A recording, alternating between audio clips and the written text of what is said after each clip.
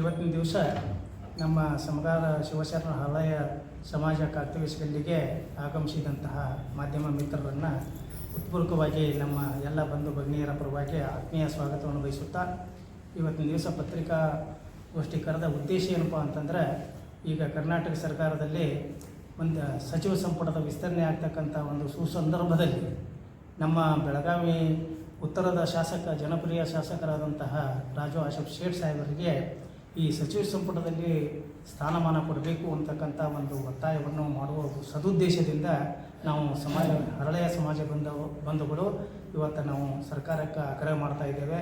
ಯಾಕಪ್ಪ ಅಂತಂದರೆ, ರಾಜು ಆಶಫ್ ಶೇಟ್ ಸಾಹೇಬರು ಅವರು ಅಲ್ಪಸಂಖ್ಯಾತರ ಅಷ್ಟೇ ಅಲ್ಲ, ಅದು ದಲಿತರಾಗಲಿ, SC ST ಅವರಾಗಲಿ, ಎಲ್ಲ ಜಾತಿ ಧರ್ಮ ಮತ ಪಂಥ ಅನ್ನೋದ ಎಲ್ಲರ ಒಂದು ಆಶೆ ಆಮಿಷಗಳಿಗೆ ಸ್ಪಂದಿಸಿ ಅವರ ಒಂದು ಕೆಲಸ ಕಾರ್ಯಗಳನ್ನು ಸ್ವತಃ ಮುತುವರ್ಜಿ ವಹಿಸಿ ಕೆಲಸ ಮಾಡ್ತಕ್ಕಂತಹ ಒಂದು ಒಳ್ಳೆಯ ವ್ಯಕ್ತಿಯಾಗಿದ್ದಾರೆ.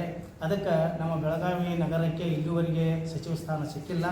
ಕಾರಣ ಮಾಧ್ಯಮದವರ ಮುಖಾಂತರವಾಗಿ ನಾವು ಹೈಕಮಾಂಡಕ್ಕೆ ಮತ್ತು ಮಾನ್ಯ ಮುಖ್ಯಮಂತ್ರಿಗಳಿಗೆ, ನಿಯೋಜಿತ ಮುಖ್ಯಮಂತ್ರಿಗಳಿಗೆ ನಾವು ಒತ್ತಾಯ ಮಾಡ್ತಾ ಇದ್ದೇವೆ.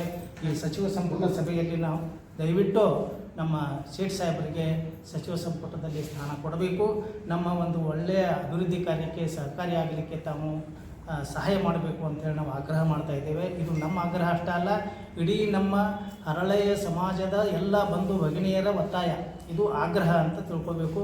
ಅದಕ್ಕೆ ದಿಲ್ಲಿಯ ನಾಯಕರಾದಂಥ ರಾಹುಲ್ ಗಾಂಧಿಯವರು, ಸೋನಿಯಾ ಗಾಂಧಿಯವರು ಹಾಗೂ ಮಲ್ಲಿಕಾರ್ಜುನ ಖರ್ಗೆ ಅವರಿಗೂ ಸಹ ನಾವು ಒತ್ತಾಯ ಮಾಡ್ತಾ ಇದ್ದೇವೆ. ಇದು ಬೆಳಗಾವಿಯಲ್ಲಿ ಇರತಕ್ಕಂತಹ ಒಂದು ದಲಿತ ಸಮುದಾಯದಿಂದ ನಾವು ಆಗ್ರಹಪಡಿಸ್ತಕ್ಕಂಥ ಒಂದು ವಿಷಯ. ಅದಕ್ಕೆ ಮಾನ್ಯ ಆಶಫ್ ಶೇಟ್ ಸಾಹೇಬರಿಗೆ ದಯವಿಟ್ಟು ಸಚಿವ ಸಂಪುಟ ಸ್ಥಾನ ನೀಡಬೇಕು ಅಂಥೇಳಿ ನಾವು ಕಳಕಳಿಯಿಂದ ಅವರಿಗೆ ಒತ್ತಾಯ ಮಾಡ್ತಾ ಇದ್ದೇವೆ, ಆಗ್ರಹಿಸ್ತಾ ಇದ್ದೇವೆ. ಇದು ನಮ್ಮ ಹಕ್ಕು ಅಂತ ನಾವು ಕೇಳ್ತಾ ಇದ್ದೇವೆ. ಇದು ನಮ್ಮ ಒಂದು ವಿನಂತಿ. ನಿಮ್ಮ ಹೆಸರು?